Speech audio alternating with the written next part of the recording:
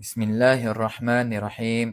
Cara dengar ikhfa hakiki apabila kita bertemu dengan huruf qaf dengan kaf, iaitu ikhfa hakiki level yang ketiga.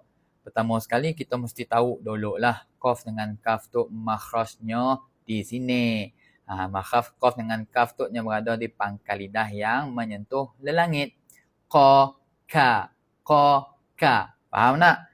Jadi apabila kita mendengarkan ikhfa hakiki, sidak dua tu akan menutup suara kita melalui al-jawf.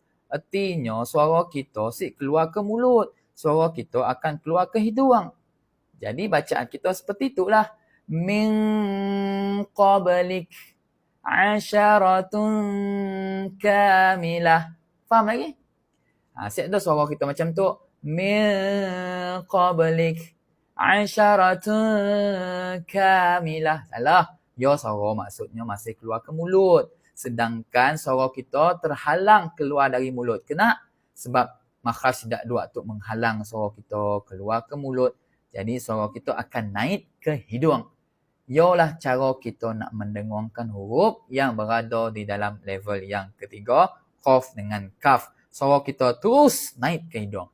Min qablik asyaratun kamilah.